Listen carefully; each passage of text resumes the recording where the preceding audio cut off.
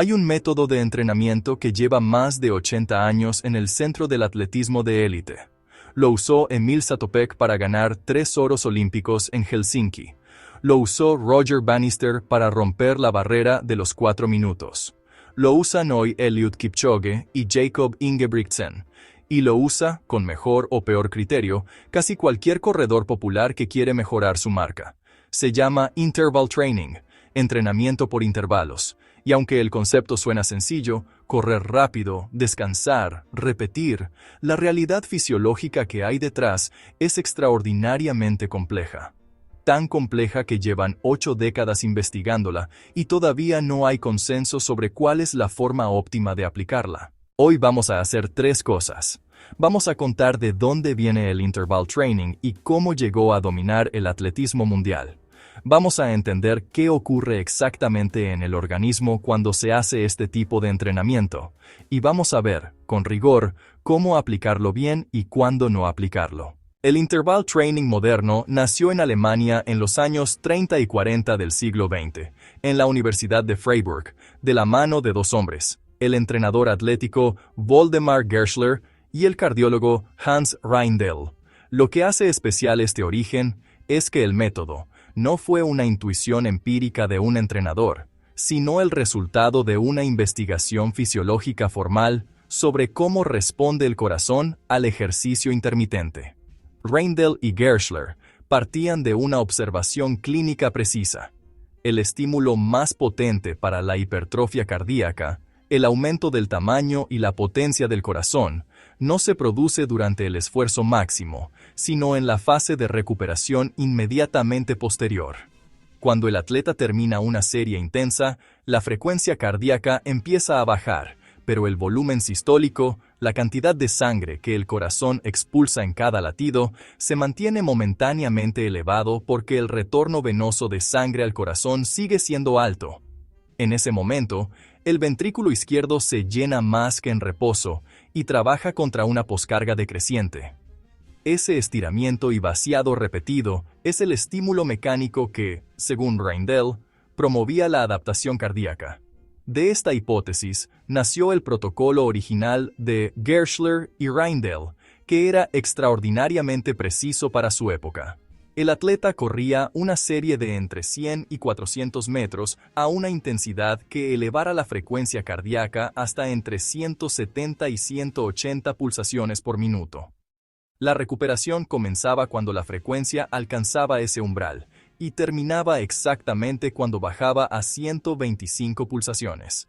Si la recuperación tardaba más de 90 segundos en llevar la frecuencia de 180 a 125, la sesión se daba por terminada porque se consideraba que el organismo había alcanzado su límite adaptativo del día.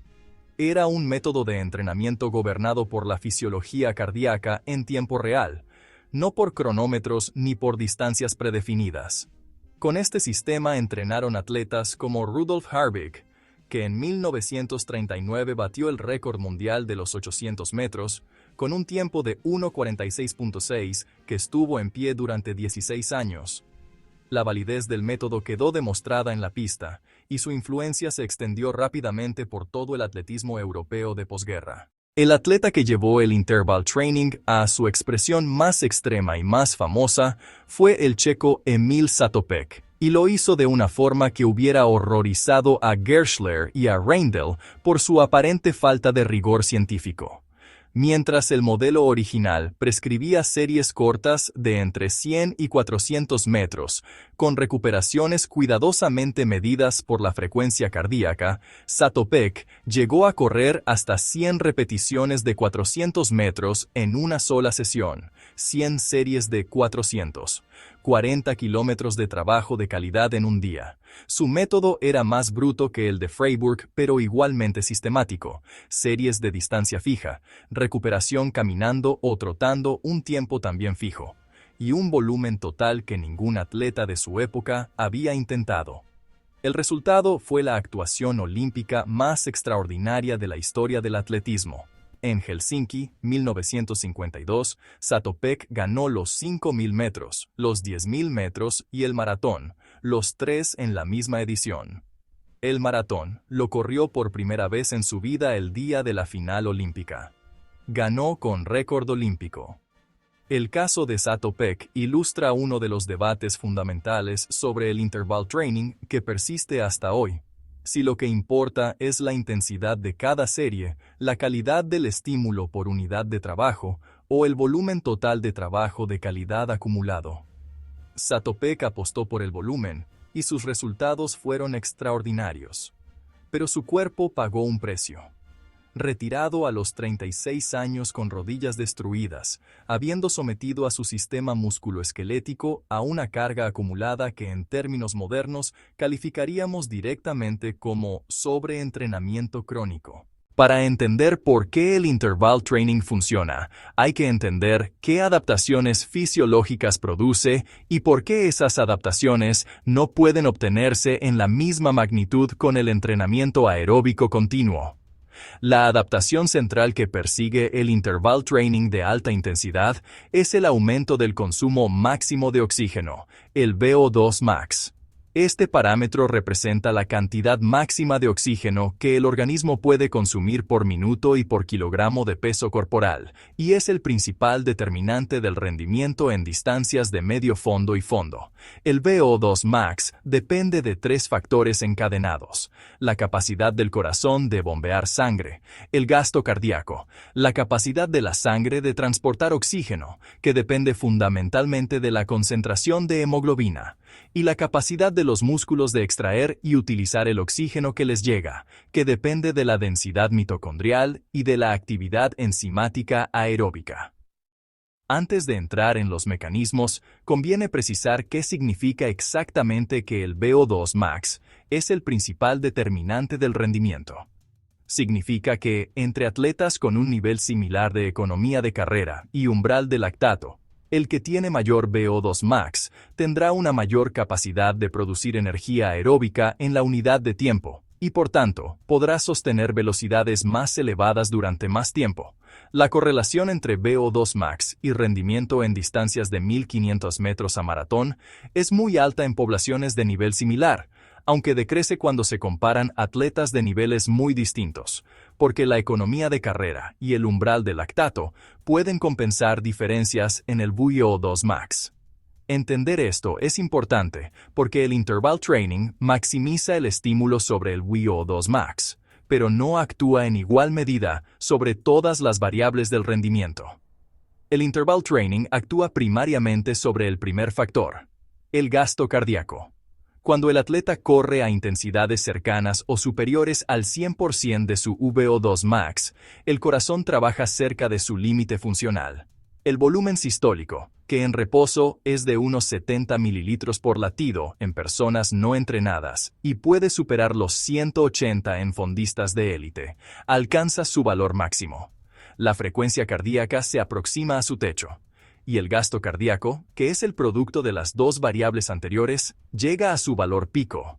Ese estímulo máximo, sostenido durante 2 a 5 minutos en cada serie, es lo que promueve la hipertrofia del ventrículo izquierdo y el aumento crónico del volumen sistólico máximo. La segunda adaptación importante es el aumento de la tolerancia al lactato. Durante el ejercicio de alta intensidad, las fibras musculares de contracción rápida producen lactato a una velocidad superior a la que las mitocondrias pueden oxidarlo. El lactato se acumula. El pH intramuscular baja, la acidosis interfiere con la contracción muscular y la fatiga se acelera. El interval training repetido produce dos adaptaciones que contrarrestan este proceso. Aumenta la capacidad de tamponamiento del músculo, la concentración de bicarbonato y otros tampones que neutralizan los protones generados por la acidosis y aumenta la actividad de los transportadores de monocarboxilato, proteínas que aceleran el transporte de lactato fuera de las fibras de contracción rápida hacia las de contracción lenta, donde puede oxidarse como combustible adicional. Una tercera adaptación, menos conocida pero relevante especialmente en distancias cortas, es la mejora de la economía neuromuscular.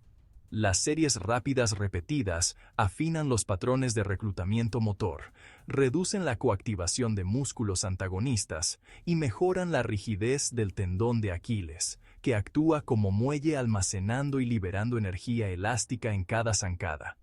Un músculo que trabaja con más eficiencia neuromuscular produce más fuerza propulsiva con el mismo gasto metabólico. En la práctica, esto se traduce en una mejora de la economía de carrera que complementa las adaptaciones cardíacas y metabólicas. Durante décadas, el interval training se aplicó de forma relativamente indiferenciada.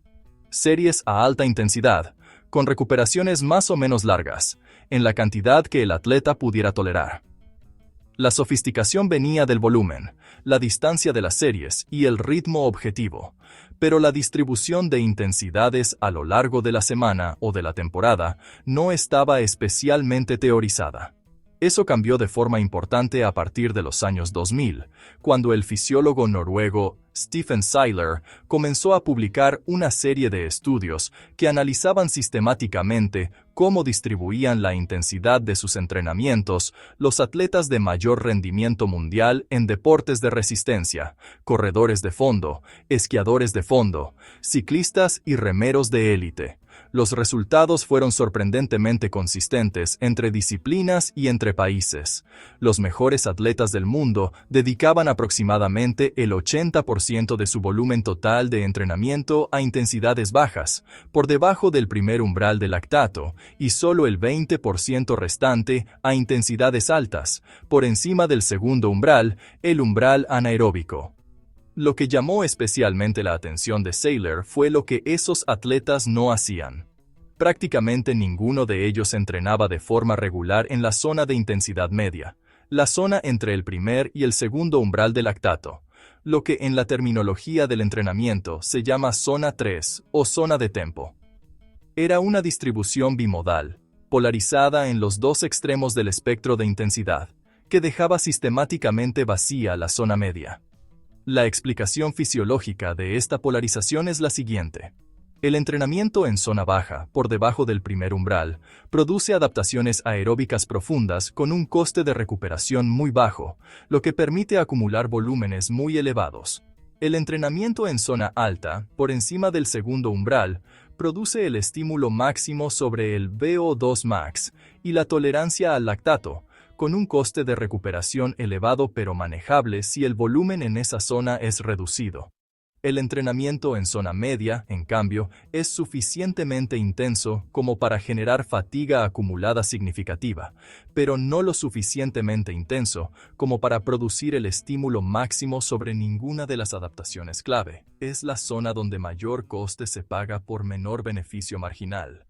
El interval training mal aplicado es una de las causas más frecuentes de estancamiento, sobreentrenamiento y lesión en corredores de todos los niveles. Entender las variables que controlan su efecto es la diferencia entre una herramienta muy potente y una fuente de problemas. La primera variable es la intensidad de cada serie, expresada en términos de porcentaje del VO2 max o del ritmo al que el atleta alcanza su VO2 max, el llamado VO2 max. La intensidad óptima de las series para maximizar el tiempo transcurrido cerca del VO2 max se sitúa entre el 90 y el 100% de ese parámetro. Intensidades inferiores, como las series a ritmo de umbral, producen adaptaciones distintas y válidas, pero no maximizan el estímulo sobre el VO2 max. Intensidades superiores, como las series de sprint máximo, generan un tiempo a VO2 max muy breve, porque la fatiga neuromuscular termina el esfuerzo antes de que el sistema cardiovascular llegue a su máximo. El rango del 90 al 100% de la VO2 max es donde la relación entre coste y beneficio es óptima para el desarrollo de la potencia aeróbica máxima. La segunda variable es la duración de cada serie. Series de entre 2 y 5 minutos son las que producen el mayor tiempo acumulado a VO2 max por sesión. Series más cortas, de 30 a 90 segundos, pueden usarse a intensidades superiores y tienen mayor impacto sobre la tolerancia al lactato y las adaptaciones neuromusculares, pero generan menos tiempo cerca del VO2 max por serie. Series más largas, de 8 a 12 minutos, trabajan principalmente el umbral anaeróbico y se aproximan más al entrenamiento de tempo. La elección entre estos formatos depende del objetivo específico y de la distancia de competición. La tercera variable, frecuentemente infravalorada, es la recuperación. La duración y el tipo de recuperación entre series, activa trotando o pasiva caminando, determina en qué estado fisiológico comienza cada serie, y por tanto, qué adaptaciones predominan. Recuperaciones cortas, inferiores al tiempo de la serie, mantienen elevada la concentración de lactato y el estrés metabólico, priorizando las adaptaciones de tolerancia al lactato. Recuperaciones largas, de 2 a 3 veces el tiempo de la serie, permiten una restauración mayor del fosfato de creatina y una bajada más completa del lactato, priorizando la calidad neuromuscular de cada serie y las adaptaciones sobre el VO2 max. No existe una recuperación universalmente óptima, depende del objetivo de cada sesión. El error más frecuente y más costoso en la aplicación del interval training por parte de corredores no profesionales es la frecuencia excesiva. Incluir más de 2 sesiones de alta intensidad por semana, sin la base aeróbica necesaria para recuperarse adecuadamente entre ellas, produce fatiga acumulada que degrada la calidad de cada sesión y aumenta el riesgo de lesión. Los estudios de seguimiento de corredores populares muestran que la mayoría de los que se lesionan en preparaciones de maratón o media maratón ha aumentado la frecuencia o la intensidad de sus sesiones de calidad sin aumentar proporcionalmente el volumen aeróbico de recuperación. El interval training es un estímulo potente precisamente porque genera un estrés fisiológico elevado. Y el estrés elevado requiere recuperación adecuada para convertirse en adaptación. Desde las series de 400 metros de Gerschler y Reindel en los años 30, hasta los protocolos de alta intensidad que hoy analizan los laboratorios de fisiología del ejercicio de Oslo, Bergen o el Instituto Karolinska, el interval training ha recorrido un camino de 8 décadas que ha producido mucho conocimiento y también mucha controversia. Lo que sabemos con certeza es que el entrenamiento intermitente de alta intensidad es el estímulo más potente disponible para desarrollar el VO2 max, que es el principal determinante fisiológico del rendimiento en las distancias de fondo. Sabemos que sus efectos dependen de forma crítica de la intensidad, la duración, la recuperación y la frecuencia de las sesiones, y sabemos que aplicado sin la base aeróbica adecuada, sin suficiente recuperación entre sesiones o con demasiada frecuencia, produce resultados opuestos a los que se buscan. Lo que no sabemos con la misma certeza es cuál es el protocolo óptimo para cada atleta, en cada momento de su preparación, para cada distancia de competición. La investigación actual trabaja sobre la variabilidad individual de la respuesta al interval training, sobre los marcadores genéticos que predicen quién responde mejor a qué tipo de estímulo, y sobre la interacción entre el interval training y otras variables como la nutrición, el sueño y el estrés psicosocial. Gerschler y Reindel diseñaron el interval training guiándose por la frecuencia cardíaca porque era el único marcador fisiológico que podían medir en tiempo real con la tecnología de los años 40. Hoy tenemos monitores de lactato portátiles, dispositivos de medición del VO2 en tiempo real y algoritmos que analizan la variabilidad de la frecuencia cardíaca como indicador del estado de recuperación. La fisiología ha avanzado enormemente. El entrenador moderno tiene a su disposición una cantidad de información sobre el estado fisiológico de su atleta que Gerschler no habría podido imaginar. Y sin embargo, el principio que formuló en Freiburg hace 80 años sigue siendo válido. El corazón mejora en la recuperación, no en el esfuerzo. El descanso es parte del entrenamiento. Sin él, el interval training no es un método, es solo fatiga, correr rápido, descansar, repetir. 3 palabras. 80 años de ciencia intentando descubrir exactamente cómo.